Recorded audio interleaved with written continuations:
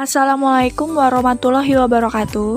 Perkenalkan, saya Tara Novitasari, perwakilan dari kelompok 7. Di sini saya akan menyampaikan materi mengenai fiksi. Namun, sebelum saya memaparkan materi terlebih dahulu, saya akan memperkenalkan anggota kelompok 7 yang terdiri dari Astrid Liviani, Della Hafid Damaini, Reza Ratu Novrika, Tara Novitasari. Baiklah, berikut materi yang akan saya sampaikan. Pengertian fiksi. Fiksi adalah sebuah narasi yang sebagian atau seluruhnya berkaitan dengan peristiwa yang tidak faktual, melainkan imajiner dan diciptakan oleh seseorang berdasarkan imajinasinya, baik itu berbentuk tontonan, pendengaran, ataupun tulisan. Hakikat cerita fiksi anak. Hakikat fiksi menunjukkan pada sebuah cerita yang kebenarannya tidak menunjukkan kebenaran sejarah, kebenaran empirik faktual. Jadi, apa yang dikisahkan dalam teks fiksi adalah segala sesuatu khususnya untuk tokoh dan peristiwa yang bersifat imajinatif. Menurut Lukens 2003, genre fiksi anak dapat dikelompokkan ke dalam fiksi realistik, fiksi fantasi, fiksi formula, fiksi sejarah, fiksi sains, dan fiksi biografis. Kelompok genre fiksi anak. Fiksi realistis ialah cerita keluarga di pihak lain, dimaksud sebagai cerita yang mengangkat hal-hal yang berkaitan dengan kehidupan sehari-hari di tengah keluarga. Fiksi fantasi adalah genre yang memiliki unsur magis supernatural, berkecimpung dalam dunia yang kelihatannya serba surrealis, namun sebenarnya sangat logis.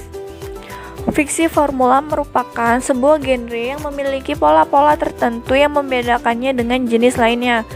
Jenis sastra anak yang dikategorikan ke dalam fiksi formula adalah cerita misteri dan detektif, cerita romantis, dan novel serial.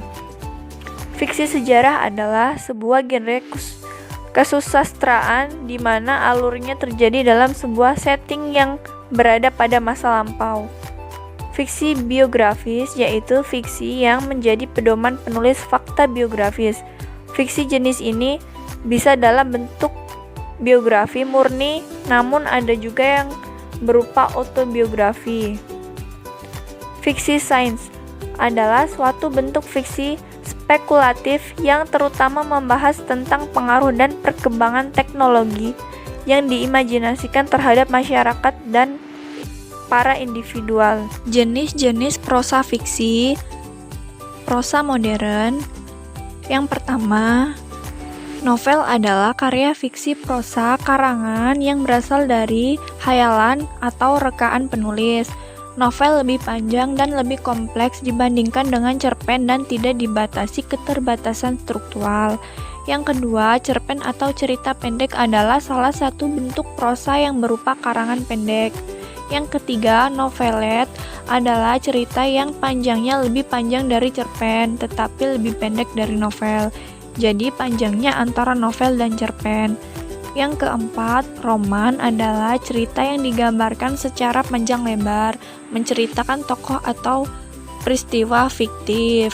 Yang kelima, cerita anak adalah pembayangan kehidupan anak yang imajinatif ke dalam bentuk struktur bahasa anak. Cerita ini dibagi menjadi 3 yaitu, yang pertama, cerita keajaiban, yang kedua, cerita fantasi, yang ketiga, cerita fiksi ilmu pengetahuan.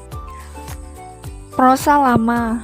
Yang pertama, dongeng adalah cerita yang sepenuhnya merupakan hasil imajinasi atau khayalan pengarang di mana yang diceritakan seluruhnya belum pernah terjadi. Yang kedua, fabel adalah cerita rekaan tentang binatang dan dilakukan atau para pelakunya binatang yang diperlakukan seperti manusia. Yang ketiga, hikayat adalah cerita baik sejarah maupun cerita roman fiktif yang dibaca untuk pelipur lara, pembangkitan semangat juang, atau sekedar untuk meramaikan pesta. Yang keempat, legenda adalah dongeng tentang suatu kejadian alam, asal-usul suatu tempat, benda, atau kejadian di suatu tempat atau daerah.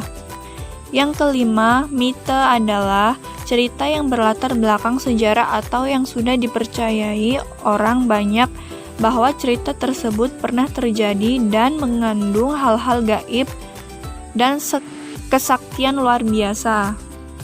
Yang keenam, kisah adalah karya sastra lama yang berisi cerita tentang perjalanan atau pelayaran seseorang dari satu tempat ke tempat lain. Yang ketujuh, cerita penggeli hati adalah cerita ini mengandung unsur komedi, kelucuan, omong kosong, kemustahilan. Dan yang kedelapan, cerita perumpamaan adalah dongeng yang mengandung kiasan atau ibarat yang berisi nasihat dan bersifat mendidik. Dan yang selanjutnya adalah sifat cerita fiksi. Yang pertama, segala sesuatu yang diungkapkan tidak dapat dibuktikan kebenarannya dalam kehidupan sehari-hari, merupakan hasil rekaan. Yang kedua, semua tokoh, setting, dan pokok persoalan adalah realitas imajinatif, bukan objektif.